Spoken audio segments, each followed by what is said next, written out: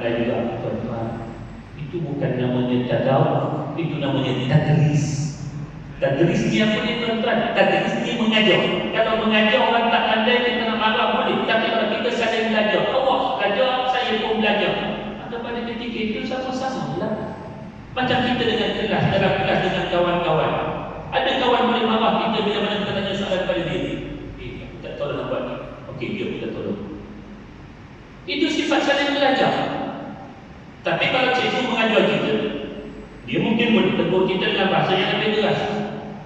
Tapi kalau kita kata dengan sesama kita, biasa kita akan saling dibentik.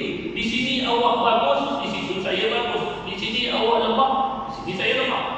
Maka dalam usaha kita belajar, ianya memberikan faedah yang besar, menambahkan pahala bagi kita, selain daripada kita kata ianya menambahkan rahmat Allah bagi kita.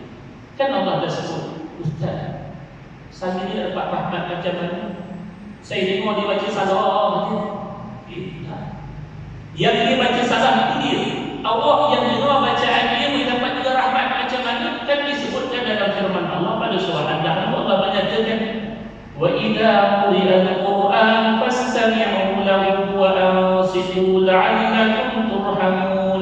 Bila mana dibacakan kepada kamu akan Al-Quran, maka hendaklah kamu diam, hendaklah kamu dengar. Mudah-mudahan kamu akan dirahmati. Dengar bacaan Al-Quran pun kita dapat rahmat daripada Allah.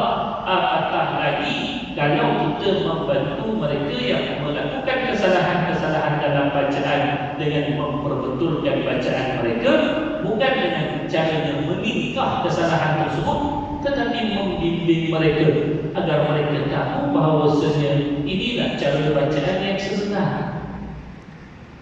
Barulah ia yang dinamakan tadawuf. Dua-dua pihak kena memberikan kerjasama. Yang lemah memberikan kerjasama untuk tetap membaca dengan menghindarkan malu, manakala yang sudah pandai hendaklah dia menghindarkan sifat sombong dalam diri dia kerana dia memiliki kemahiran tersebut. Sedangkan asal-asalnya diri dia pun satu ketika dahulu pernah berhadapan dengan keadaan yang sama, tak kala mana kawannya seorang satu ketika dahulu dia pun seperti mana kawannya tersebut, ialah dia pun mula lagi kerana tak pandai baca pun, dia pun pernah kena marah dengan tok guru dia juga waktu dia belajar dengan guru dia dulu. So bila mana dia berhadapan dengan manusia, dia kena hindarkan perasaan ego, sombong dia, dan kemudian itulah sebenarnya latihan untuk dia sabar sama-sama. Nak ajar orang, kena sabar dulu. Tengok keadaan yang sesuai. Dan pilihlah mana-mana yang memudahkan pembelajaran. Dalam arti kata, kalaulah kawan tu baru hari pertama dia mari, janganlah setiap huruf dia sebut pakai nak betul-betul tu. Ada kaedah dia, ada tata caranya. Tegur mana yang perlu ditegur terlebih dahulu. Jangan hari pertama dia mari tu kita buat macam seolah kelas talaqi Quran musyafahah dengan guru. Jenuh kita sebut tiap-tiap huruf macam ini balik alif sampai ya. Esok tak mari dah dia. So tegurlah apa yang sepatutnya ditegur. Kalau nak terlalu bersangatan kesalahannya, kita pilih mana yang patut didahulukan supaya esok dia tak patah sebanyak nak hari lagi. InsyaAllah tuan-tuan, dengan keadaan yang sebegini, barulah kita sama-sama akan mendapat rahmat daripada Allah. Tetapi salah satu lagi terpenting untuk kita sama-sama menghidupkan amalan tadawuf ini tuan-tuan, ianya adalah supaya kita dapat mengekalkan kemuliaan Ramadan sama ada pada bulan dan juga pada diri kita sendiri. Bagaimana yang dikatakan kemuliaan pada bulan Ramadan?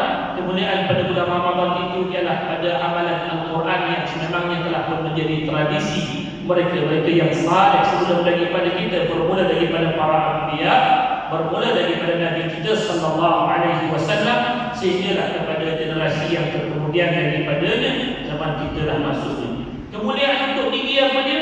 Tuan-tuan, selama mana mereka yang berdampingan dengan Al-Quran, ianya memberikan jaminan untuk dirinya juga turut terpadik dengan kemuliaan-kemuliaan yang telah pun dijanjikan oleh Allah Subhanahu wa taala. Di mana yang telah dinyatakan dalam hadis Nabi sallallahu alaihi wasallam, apa kata Nabi? Man qara'a harfan min kitab kitabillah falahu hasan wal hasanatu bi'ashri amthaliha la aqulu alif lam mim harfun walakin al alif harfun wal lam harfun wal mim harfun.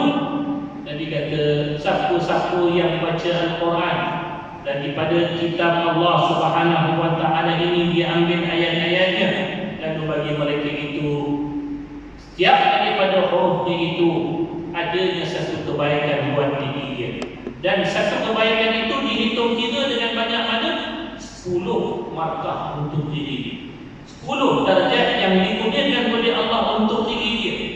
Dan Nabi tak katakan dalam ungkapan baginda alif lam itu satu huruf, tapi dibilang satu huruf itu iaitu setiap huruf-huruf Al-Quran yang dibaca ianya akan memberikan kenaikan ketinggian pada sisi Allah Subhanahu wa taala kedudukan seseorang. Maka bila mana seseorang itu semakin tinggi ketinggiannya pada sisi Allah, pasti dia akan memperolehi kemuliaan. Sebab kita tahu apa sahaja yang berdampingan dengan Al-Quran, digandingkan ianya dengan Al-Quran, kesemuanya kita lihat memberikan kemuliaan kepadanya. Seperti mana tak kala mana Allah menjadikan Ramadan ini dengan Quran, maka Ramadan itu menjadi mulia. Tak kala mana Allah menjadikan Al-Quran itu dengan turunnya ia pada malam Al-Qadar, maka jadilah malam Al-Qadar itu sesuatu yang mulia. Dan Allah bila mana menjadikan dia dengan Nabi Muhammad, maka Nabi kita menjadi Nabi yang mulia. Allah menjadikannya dengan dua bumi tempat turunnya Al-Quran, Makkah dan ke Madinah. Dua bumi ini menjadi tempat yang paling mulia. Lalu kalau kita lihat daripada semua yang digandingkan oleh Allah dengan Al-Quran, kita memahami bahawasanya andai kata kita ingin memperolehi kemuliaan Ramadan, kita tak punya pilihan melainkan kena gantikan hidup kita dengan Ramadan ini dengan Al-Quran. Buang masa malu, buang masa malu.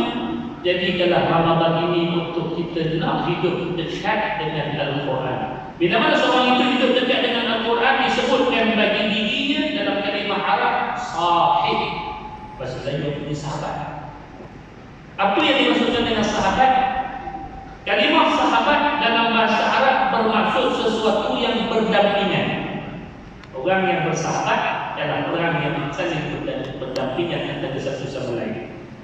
Dan disebutkan dalam sabdanya, Nabi kata yuqalu sahibil Quran yawmal qiyamah iqra warqa warattil kama kunta turattil fid dunya fa inna akhira manzilatan inda akhir ayatin taqra'uha. Akan dikatakan kepada orang yang hidup berdampingan dengan Al-Quran, nih masa hari kiamat nanti orang-orang yang hidup dia berdampingan dengan Al-Quran akan disebutkan kepada mereka, kamu bacalah akan Al-Quran sekarang. Bila bacanya? Hari kiamat.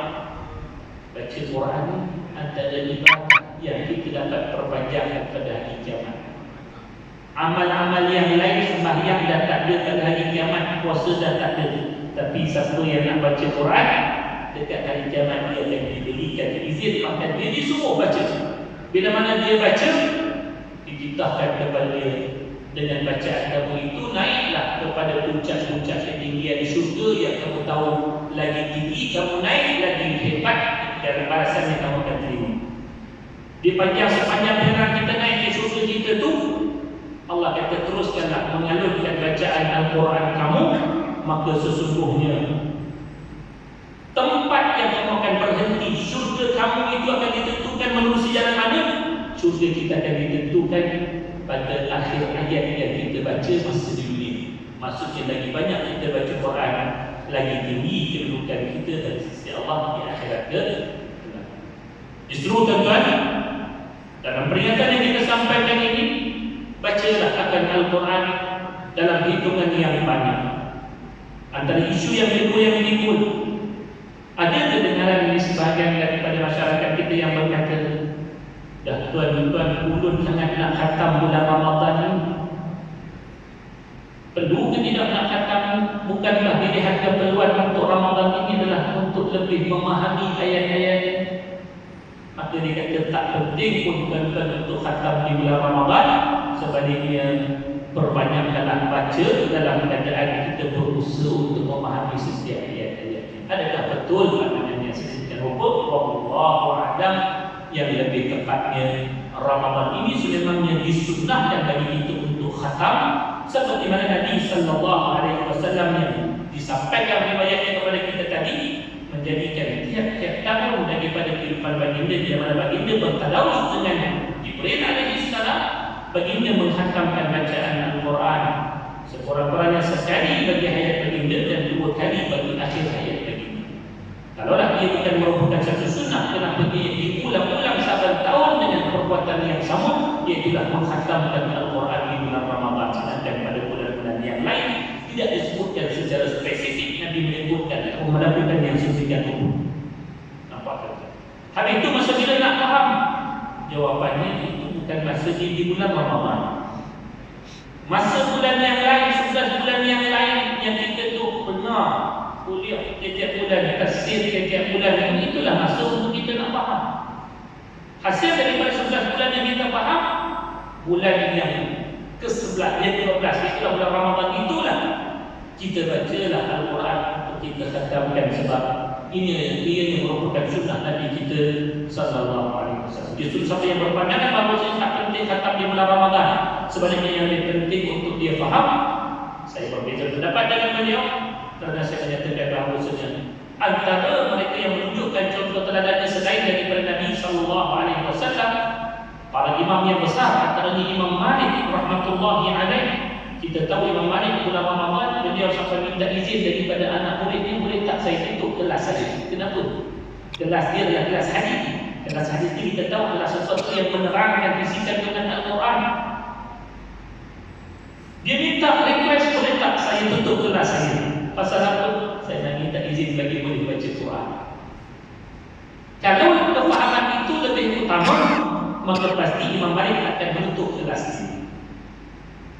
Imam Syafi'i sendiri, seperti mana yang diriwayatkan oleh anak muridnya, Al-Imam Rabi'ah, kata beliau, tuhu aku, dia itulah Imam Syafi'i, diketahui bagi beliau itu khatamkan Al-Quran setiap hari sebanyak 2 kali khatam. Kalau khatam itu bukan kepentingannya, pasti Imam Syafi'i hanya akan khatam pada banyak pun sehari. Tapi bila mana Imam Syafi'i sendiri sampai doublekan khatam bagi setiap hari yang berlalu daripada Ramadan untuk khataman Al-Quran, maka itu menunjukkan kepentingan untuk kita khatamkan Al-Quran di bulan Ramadan sekurang-kurangnya sekali. Adapun lihat, usahakan kita ini dah hari yang ke-5, tak mula lagi bacaan, nampak gaya ni baru saya turun juga, tak sempat juga nak kata. Tak apa, itu lain cerita. Yang penting ulun dulu, dapatkan dulu. Kalau tak dapat juga, itu bukan sisi kita. Petunjuk daripada, sebab kita tak tahu pada ayat manakah yang Allah akan menjentik hati kita untuk melihat lebih dalam kepada ayat yang kita baca. Tapi setiap kali kita buka Al-Quran, mulakanlah bacaan tersebut hatta daripada Bismillahnya sendiri, A'udzubillahnya sendiri, bacalah dia. Ini tidak nak baca Quran, tapi permulaannya pun dah nampak macam tak bersungguh, dah nampak macam tak beria. A'udzubillah syaitan rajim, Bismillahirrahmanirrahim. Awak tahu tak kalimah isti'adzah itu apa dia? A'udzubillah itu apa dia? Kalimah a'udzubillah kita minta lindung daripada gangguan syaitan buat diri kita. Bismillah itu apa dia? Kita bermohon dengan kita sebutkan nama Allah pada permulaan bacaan ini, kita menyebut rahmat Allah untuk kita. Tapi kalau kita baca A'udzubillah syaitanir rajim, Bismillahirrahmanirrahim, itu dia pun apa sebenarnya? Kalau lah orang cakap dengan kita macam cara dia, depan kita baca agak-agak kita nak buat apa tadi? Ini kan pula Al-Quran yang merupakan kalam Allah. Baca Allah. Baca yang kita harapkan Allah akan jadikan ia sebab untuk Allah bukakan pintu hati kita. Berapa ramai manusia bila mana dia membaca Al-Quran, dia baca dengan penuh kesungguhan, tiba kepada ayat yang dia baca, hatinya terjentik untuk mengetahui makna dia kerana keindahan ayat yang dia bacakan pada ketika tersebut. Katalah dia buka ayat daripada firman Allah surah Al-Baqarah, وَبَشِّرِ الَّذِينَ آمَنُوا وَعَمِلُوا الصَّالِحَاتِ أَنَّ لَهُمْ جَنَّاتٍ تَجْرِي مِن تَحْتِهَا الْأَنْهَارُ. Tapi sampai dia fiha khalidun. Kenapa aku baca ini dan macam dia rasa? Bila kita baca betul-betul, kita tahu ia akan menghasilkan bunyi yang memberi kesan kepada jiwa kita. Maka bila kita dengar ayat ini macam beres, kita mencarilah makna. Bila kita jumpa makna, rupa-rupanya kita dengar Tuhan akan tidak bagi kita sampaikanlah berita gembira bagi orang-orang yang telah pun beriman dan telah pun melakukan amal yang saleh. Bagi mereka itu syurga-syurga yang mengalir di bawahnya sungai-sungai. Setiap kali didatangkan kepada mereka rezeki daripada rezeki syurga, mereka bertanya, bukankah ini rezeki yang telah kami dikurniakan semasa di dunia dulu? Sedangkan dia didatangkan seumpama dengannya, nampak macam sama tapi tak serupa. Sedangkan kata Allah, bukan takat nikmat itu sahaja. Fiha azwajun mutahharah, bagi mereka yang masuk dalam syurga dia akan dapat pasangan-pasangan bidadari-bidadari yang ramai buat menemani dalam syurga, duduk pula dalam syurga. Fiha khalidun, mereka itu duduk dalam secara kekal, tidak lagi keluar daripadanya. Bukannya seronok syurga. Kita jangan dengar cerita syurga, kita biasa dengar cerita dunia sahaja. Bila mana kita buka Quran, baca dan tengok, saya tahu ayat yang kita baca tersebut akan menjentik hati kita untuk kita nak terus hidup dengan Al-Quran, nak faham Al-Quran, nak laksanakan keseluruhan isi kandungan Al-Quran. Maka inilah sebenarnya bacaan yang diharapkan daripada bacaan kita tadi, khususnya secara bertadabbur. Bila kita tadabbur, kita baca. Bila orang dengar, entah dia pun terjentik sama hati dia, kita buka lepas kita ada dalam rezeki, kita buka pula ayatnya apa maksudnya, ambillah sikit-sikit maksudnya. Waktu itu kita balik, kita akan masuk puas, dapat baca, dapat faham. Dah dapat faham, kita pula dapat amal, lagi-lagi puas insya-Allah. So saya kira mudah-mudahan apa yang kita sebutkan daripada peringatan hidup dengan Al-Quran di bulan Ramadan ini sama-sama kita laksanakan. Bukan takat kita, tetapi bawalah keluarga kita bersama-sama dengan hidup Al-Quran, agar kita sentiasa berdoa kepada rahmat Allah Subhanahu wa taala. Mohon minta maaf atas kesalahan silap. Mudah-mudahan ada kebaikan di sana pada peringatan yang disampaikan. Aqulu qawli hadza wa astaghfirullahal azim li wa lakum. Assalamualaikum warahmatullahi taala wabarakatuh. Bismillahirrahmanirrahim. Alhamdulillahirabbil alamin. Wassalatu wassalamu ala asyrafil anbiya'i wal mursalin nabiyina Muhammadin wa ala alihi washabbihi ajma'in. Allahumma anfa'na bima 'allamtana wa 'allimna ma yanfa'una. Allahumma zidna 'ilman warzuqna fahma. Allahumma rabbana atina fid dunya hasanah wa fil akhirati hasanah wa qina adzaban nar. Wa sallallahu ala nabiyyina Muhammad wa ala alihi wasallam. Walhamdulillahi rabbil alamin.